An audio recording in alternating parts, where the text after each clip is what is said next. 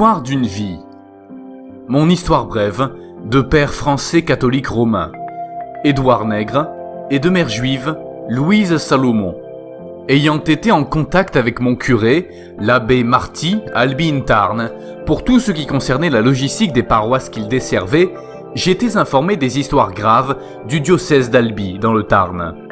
L'abbé Marty m'avait confié le suicide au grand séminaire de Toulouse dans les années 1980, alors que Paul Escrive, ancien séminariste ayant été dans ce séminaire ces années-là et ancien directeur de maison de retraite dans le Tarn, me confirmera volontiers cette triste histoire dans les années 2003.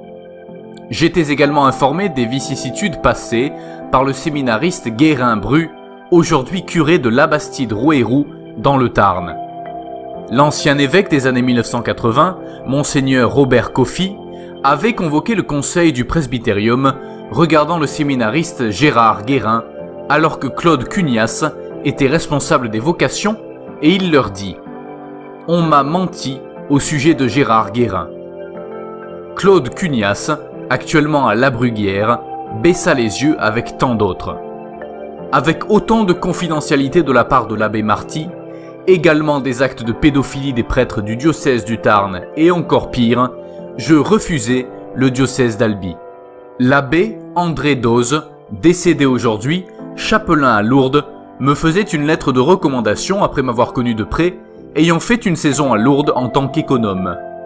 Je partis pour Rome et je fis des études brillantes. Mais les irresponsables du diocèse d'Albi me poursuivaient. Cunias, Michel Mouys, en ce temps-là responsable des vocations, aujourd'hui évêque, Négrier, ancien curé de la cathédrale de Castres pour les plus connus, en me poursuivant comme on poursuit une bête.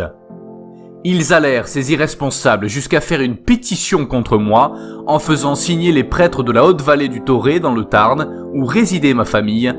Un seul refusé, l'abbé Rey de Saint-Amand-Val-Thoré. Je précise que je n'avais aucun lien formatif et juridique avec le diocèse d'Albi. Malgré cela, ces irresponsables me firent un article mensonger sur le bulletin diocésain du Tarn, précisant que je n'étais pas séminariste. Je peux confirmer que j'étais séminariste avec justificatif. Ma mère, ayant été informée de cet article, perdit la vie 1 an après.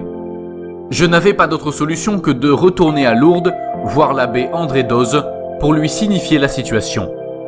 Ce dernier a tenté à plusieurs reprises de contacter l'évêque d'Albi des années 1988, Monseigneur Rabine, lors des pèlerinages diocésains, mais il se cachait pour ne pas le voir, après lui avoir mis des papiers sous la porte de sa chambre pour le rencontrer. L'abbé André Doze me fit connaître l'ancien évêque aux armées, Monseigneur Jacques Fillet, qui me fit un contrat ferme aux armées françaises, mais les irresponsables du diocèse d'Albi continuaient à me pourchasser en m'empêchant d'honorer le contrat ferme. J'ai porté plainte à Rome en janvier 2002, sans résultat. En ce temps-là, j'avais envoyé la copie de la plainte à Lionel Jospin, Premier ministre, là aussi sans résultat.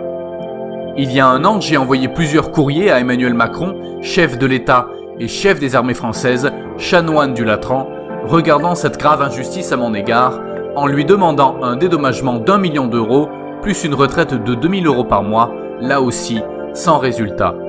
Devant cette situation, je demande aux évêques concernés, Michel Mouys, évêque, Dubost, ancien évêque aux armées, Pierre-Marie Carré, ancien évêque d'Albi, Georges Pontier, évêque, Claude Cunias, Bernard Négrier et tous ceux qui se sentent visés par le remboursement intégral de la dette que vous me devez, sans diplomatie ni miséricorde.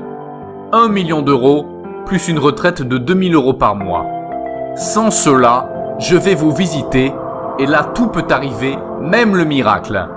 Priez.